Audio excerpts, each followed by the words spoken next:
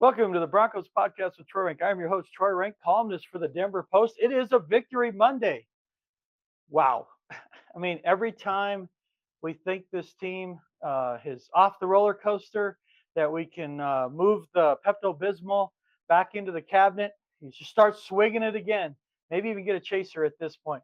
Broncos now 8-2 in one-score games. This was another fourth straight walk-off win.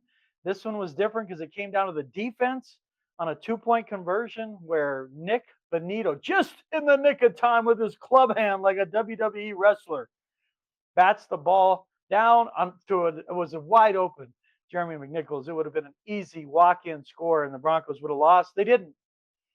And that will lead to one of our debates points here at the very end. Are they really good, or are they just getting really lucky? Probably somewhere in between, right? But they win. They're 10-2. The AFC West top seed is all in play. How did it happen? What does it mean? And has your stomach settled? I saw some people in the airport this morning, and every once in a while I'll get recognized, and people, I can't believe the Broncos, they won. And it's fun to feel that energy again around this team. It was like that for basically like 3.5 decades, where it felt like they could go to a Super Bowl any year. And then for 7, 8 years, it was grapes of wrath drought. It's all changed. Some of that bad luck they had for that time has now flipped.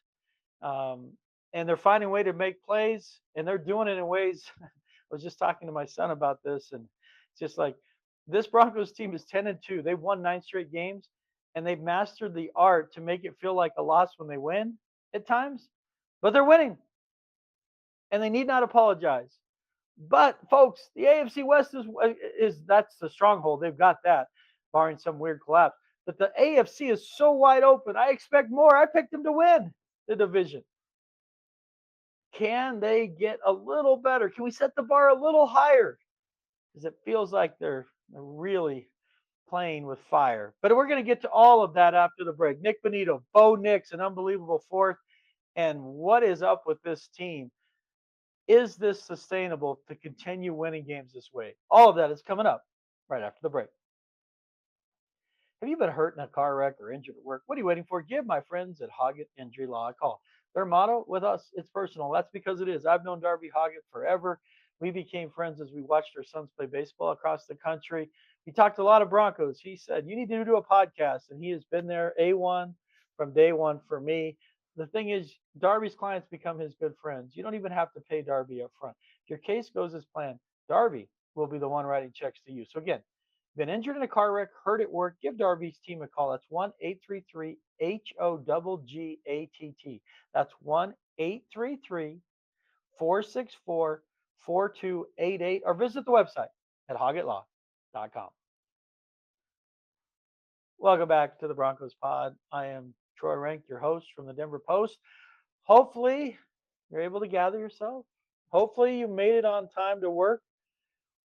I went, just so you take you behind the curtain a little bit, East Coast night games are a blast with everything except sleep, because the game starts at 8:20 East Coast time. So you're literally in the press box. Like, so the deadline, just so you understand, like sometimes you're like, you could have added this and this in a deadline. I mean, you're writing essentially 1,000 words on deadline, and they're due five. My column, for instance, was due 5 minutes after the last play of the game. It was due earlier. It was due at 9:45 local, but they go to overtime. So now you're literally filing at the end of the game. It's a little harder with a game story. You have a ways out because you build in meaty paragraphs that have some play-by-play. I don't love that, but you can save yourself. So you're adding a lead, adding something at the end, and then boom, it's ready to file. With a column, it's different because you're picking a side without outcome. And that's part of the job, but that's where when it's going down to the last play and you're literally going to file 5 minutes after that, it gets a little weird. And it felt like the Broncos were going to win. So I was definitely, had they lost that game, my column would have sucked. And again, my column's critical of them. Like, you can't keep winning this way. So there was a little bit of elasticity there. But when it comes down to the last play like that, it's almost like a walk-off in baseball. Like, oh, the game story is great. And I learned with Sean Chacon the year he was the closer with the Rockies and blew like 13 saves that you got to have two stories running. But when it comes down to the very last play, like it creates a weird vibe of how do I take that side in it? Because if they had lost, it's clear like okay, can't lose to the Commanders like that. The defense played 90 snaps, folks, but they won, and so it's kind of like again they win. At times it feels like a loss, but it doesn't in the standings. And Peyton made it very clear that every Super Bowl team has a journey like this, and they win close games. And he's right, he is. It's just the schedules kind of saved them at times. Um, they've lost close games early to the Colts and Chargers. Now they've won them against the Texans, against the Chiefs. These teams that are better, but it's all going to come out in the wash here in this final month. The Raiders game, they should bury the Raiders. Raiders are terrible and just a mess. But it's going to come out in the wash over that final month. Then you play the Packers, Jags, Chiefs, Chargers.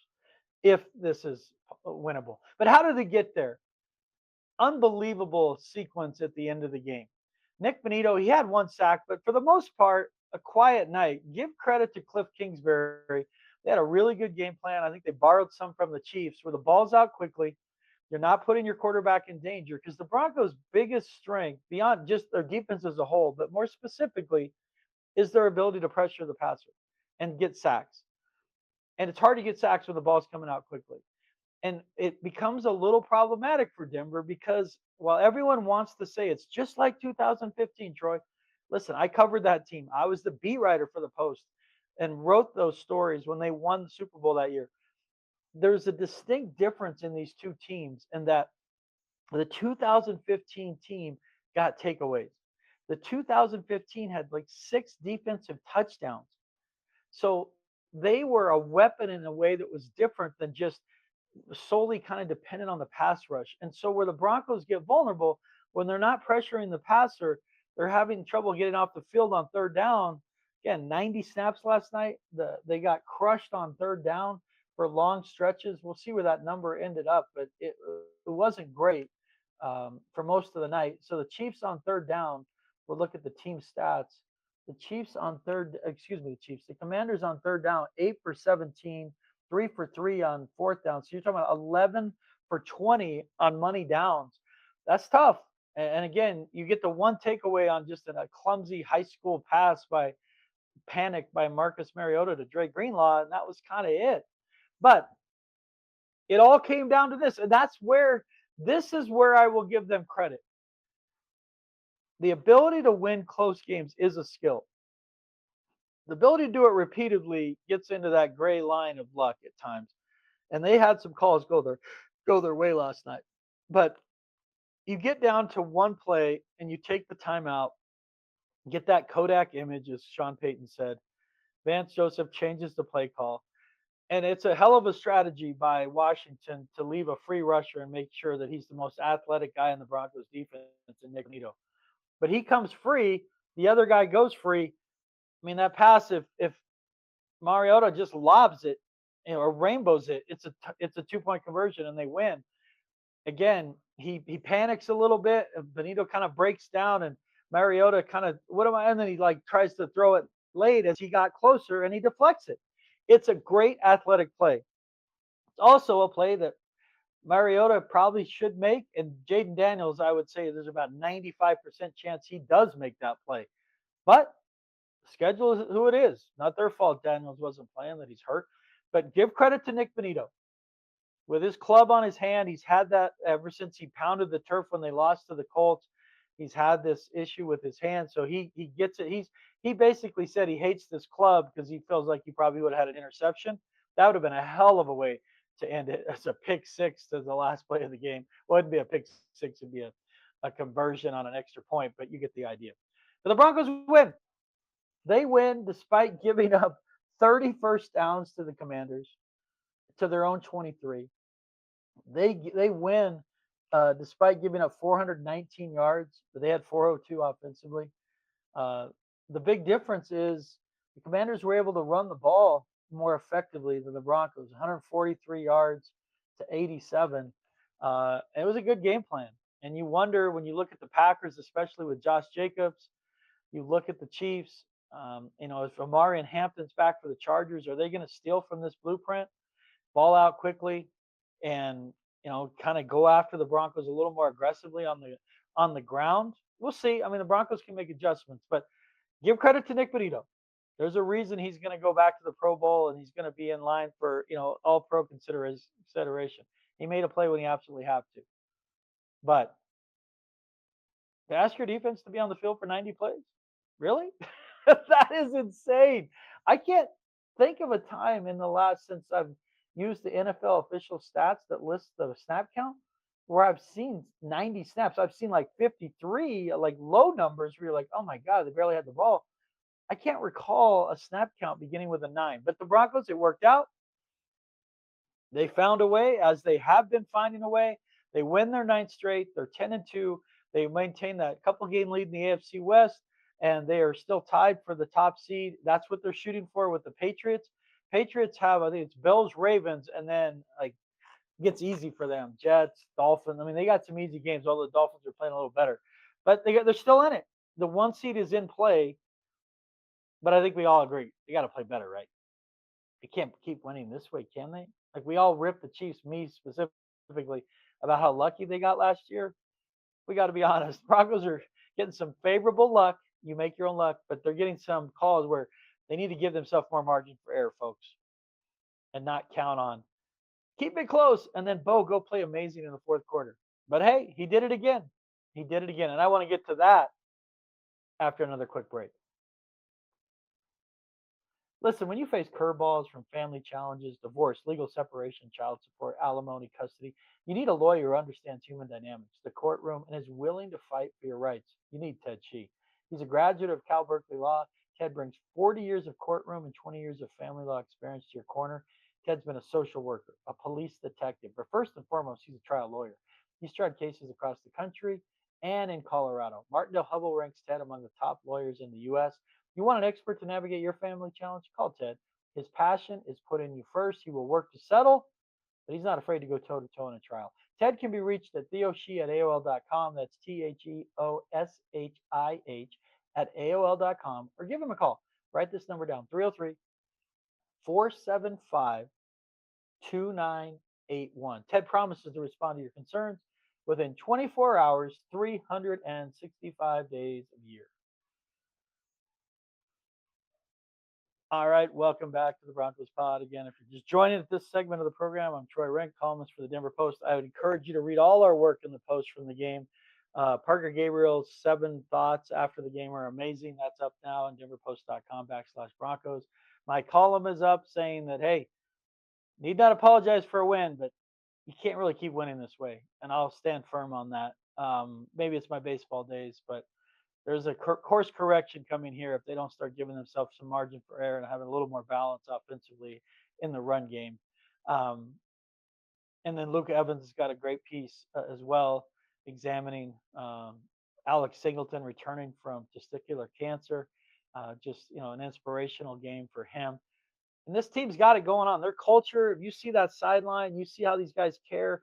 They have so many staples of a good team / great team, and how they care about each other, how they practice, how they push each other, all of that. But my point in saying that you can't really win this way consistently is this: they've done some of this against bad teams. Houston, the win looks better, but it was a weird win because let's be honest, C.J. Stroud unfortunately suffered a concussion early in that game. So it didn't feel like you were beating Houston at full strength. Uh, and the Chiefs wins a great win because it's the Chiefs, but they're not very good this year. I mean, I don't know if you've watched them, but they lose to bad teams, and they've lost to mediocre teams, whether it was the Cowboys, the Jaguars. They've lost some bad games this year. They're not the same old Chiefs. They're just not. But my point in pushing the Broncos and setting that bar higher is the AFC is so wide open, folks. It is so wide open. I mean, you tell me Broncos can't go to New England and win if they had to on the road. But my concern is if you keep playing this way, like we saw these years, the Packers were a flawed team in the playoffs, and then have a bad special teams game, or Rodgers throws a couple picks and they get knocked out. And that's my concern is you face a Ravens team or a Bills team, and they matched that blueprint last night where you can't get off the field, and now that field goal goes wide. or you get beat and walked off when you're like, holy crap, we had this 13-win, 14-win season and we're out in one game. They just need a little more balance. They had multiple chances to win that game, put it away. 12 minutes, 8 minutes, 3 minutes left, and could not run the football. But you have to say that they did some things last night. They were a little more disciplined, cut down on the penalties, and they have a quarterback that's got the clutch gene.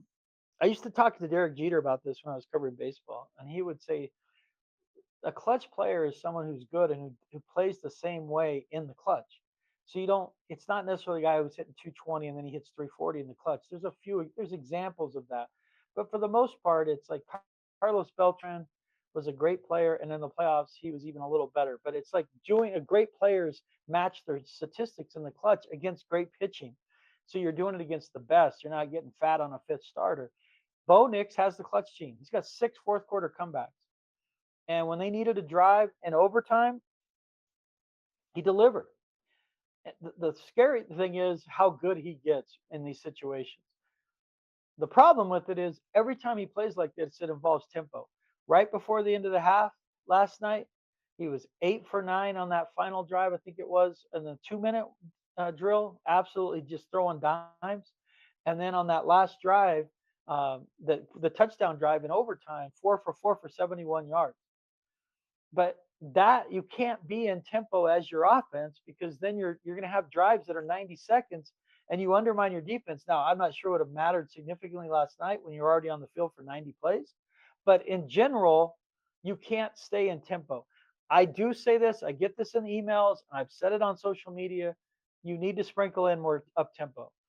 You're under center, under center, under center. Let's go no huddle, no huddle, no huddle. And you saw it last night with Washington. They went no huddle. They went tempo, and they had Broncos defense on its heels for large stretches. So there's a way to do it. It's a very fine line because if you get too fast, it's going to ultimately undermine your defense. But we're seeing Bo Nix in real time how he grows up before our eyes that he needs tempo. He needs doses of it, and not just in 2 minute warnings and not at the end of games. But we'll see. But give him credit because when he had to make plays, he made them. And I want to dig into something. Parker Gabriel, he had a great conversation with both Evan Ingram and Bo Nix one-on-one after his presser.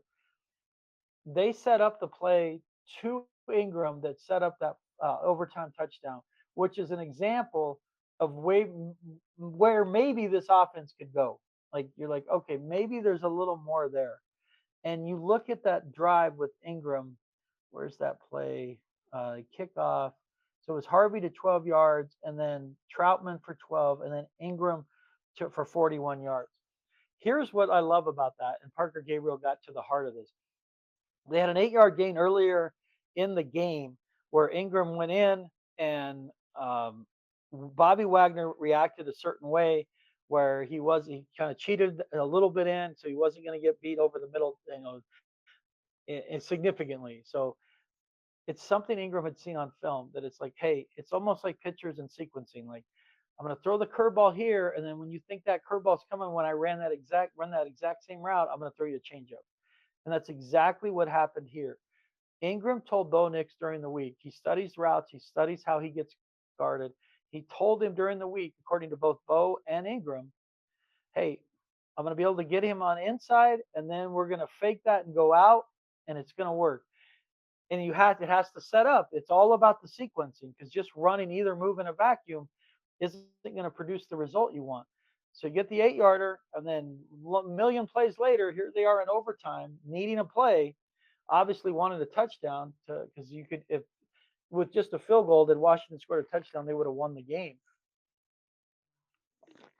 He goes in, Wagner bites, he's wide open, 41-yard gain.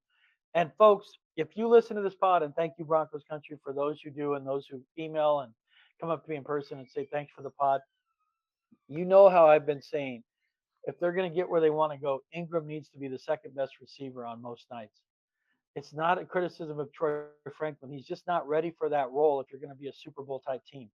Ingram is a walking mismatch. I get it. It's trouble for getting on the field. They love Adam Troutman, but there's a point of no return here with Troutman. He's not good at blocking on the wide receiver screens. He gets penalties. He's a functional player, but at some point you've got to exploit these mismatches more with Ingram. And it's part of a larger point for me with the best players need to play more. But give Bo Nix credit. His relationship, it's taken forever. It's part of this process. It's starting to develop the chemistry with Ingram. They need to lean into that. They absolutely have to lean into that because that is a secret sauce type thing as you get against these better teams. And we saw it against Philly when Ingram had a big game against a big play, not game, but big play against the Eagles. Ingram had then he had a big play, a first down against the Jets in that forgettable game against in London. But he needs to be 8, 9 targets. That should be his role, but it's hard if he's only playing 35, 40% of the snaps because you look at the snap count again in the game book. Let me find my game book here. Um, he just isn't on the field as much. I want to get this camp because the Broncos had 70 snaps, which is a huge number too. Again, 90 for the Commanders, which is insane. But Evan Ingram snap count for the Broncos, he was at 38, so 58%, and Troutman was 41, so almost a 50-50 type. That's better. I mean, he's been a lot of games in the 30s, but that number needs to be, for me, like 60% moving forward.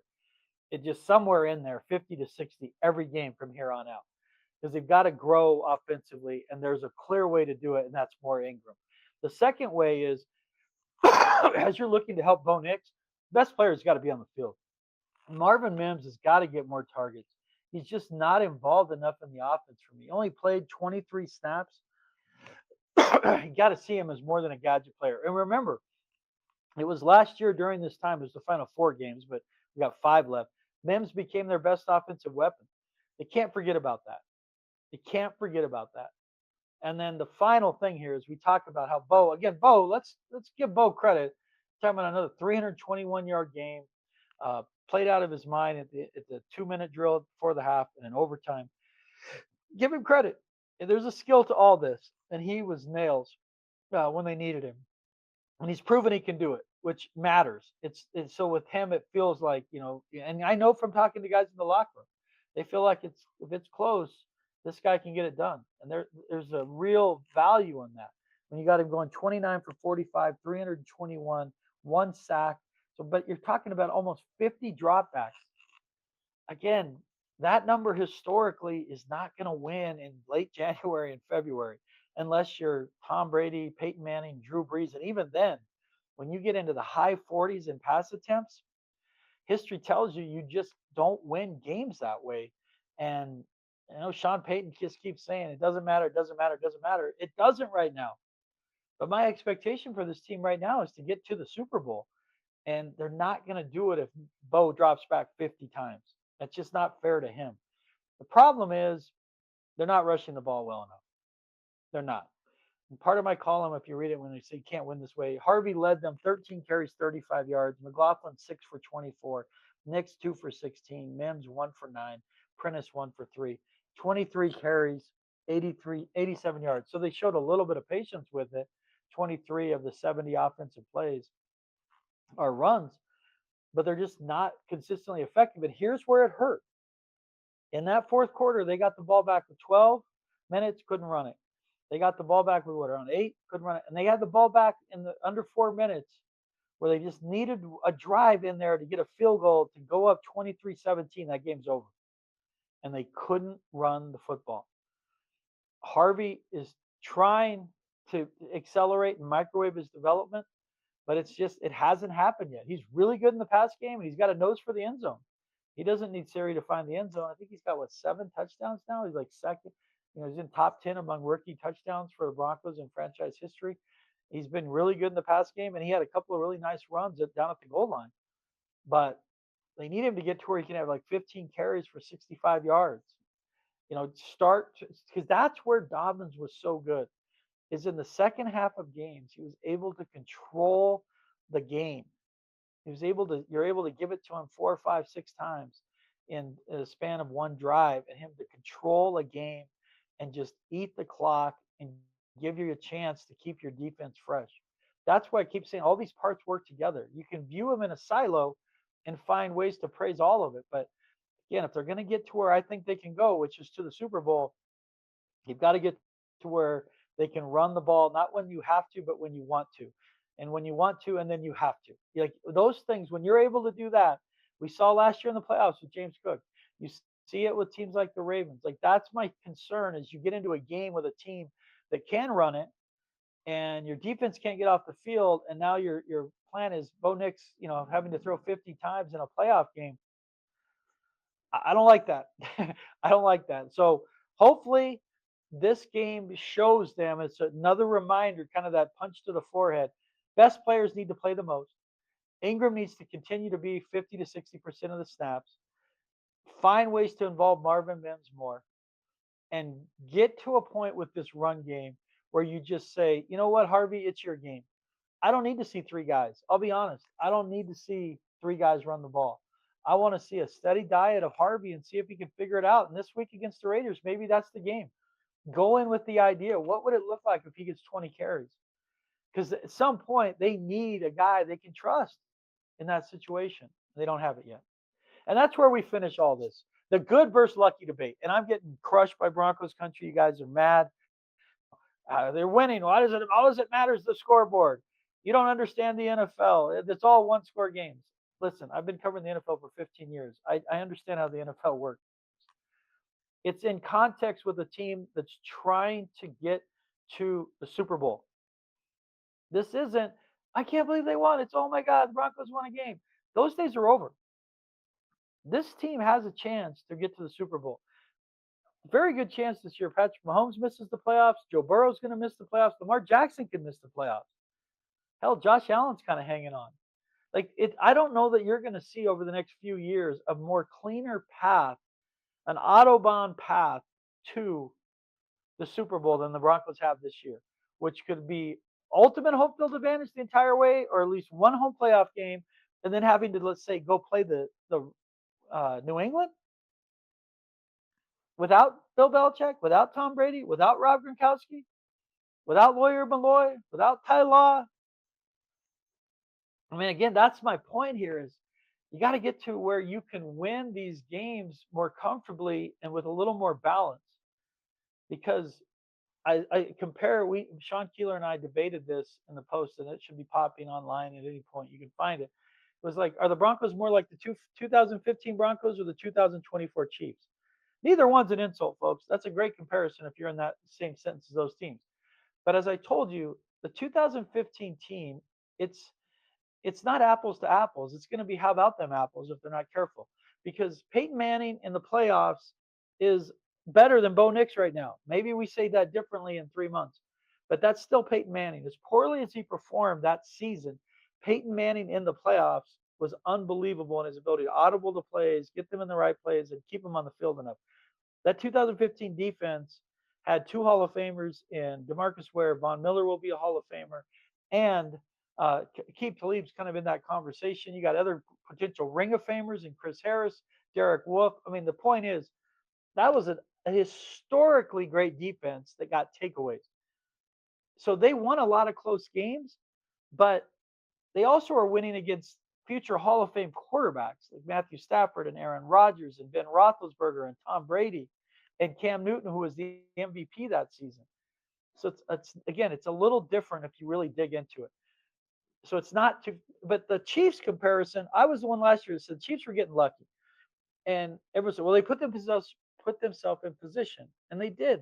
But they had, what was it, Isaiah Likely, whose toenail was out that could have lost them a game. A terrible interference call that won them a game against the Bengals.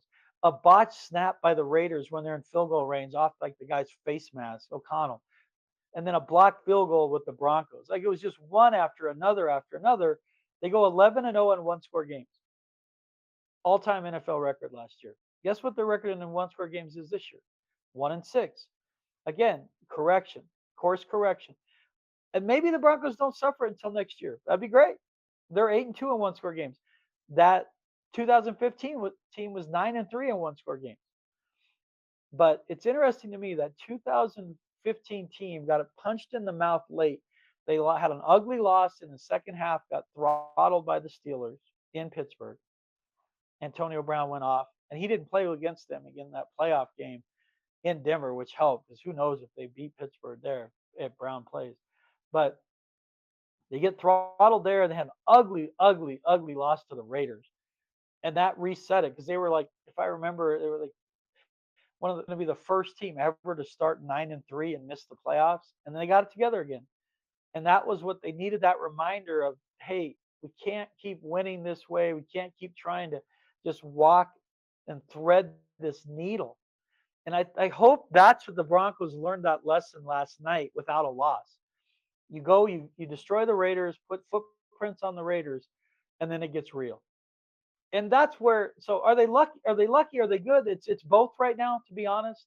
They got some calls last night on an intentional grounding that really helped them. They got some calls last night. And you could say, well, shit, they had stuff go against them for 7 years. And I agree, especially against the Chiefs. They had some bullshit calls go against them. But learn from it in a win and find a way to be more balanced offensively. Because I could just see this rubber band is stretching, folks. You can't keep asking defense play miracle workers, Bo Nix, be John Elway in the fourth quarter. Like, don't think that's the strategy you want. You want some other plan in the playoffs and against good teams. And it's gonna come out in the wash here as they get to the Packers, Jags, Chiefs, Chargers. But enjoy it. Broncos country, you deserve it. It was a horrible 7-8 years. All those games they used to lose close, they're now winning. And you'd rather address your issues in a win, but want more. Raise the bar. This team, I'm telling you, has a chance to get to the Super Bowl if they get a little better offensively, a little more balanced. Folks, I hope you enjoyed it. I could not do this pod without my A1 from day one, Darby Hoggatt from Hoggatt Injury Law, Ted Shih's Family Law Practice, and of course, Nate Lundy and Danny Bailey of Mile High Sports. Broncos country, I do this pod for you. Happiness that begins with me. Go out there and have a great day.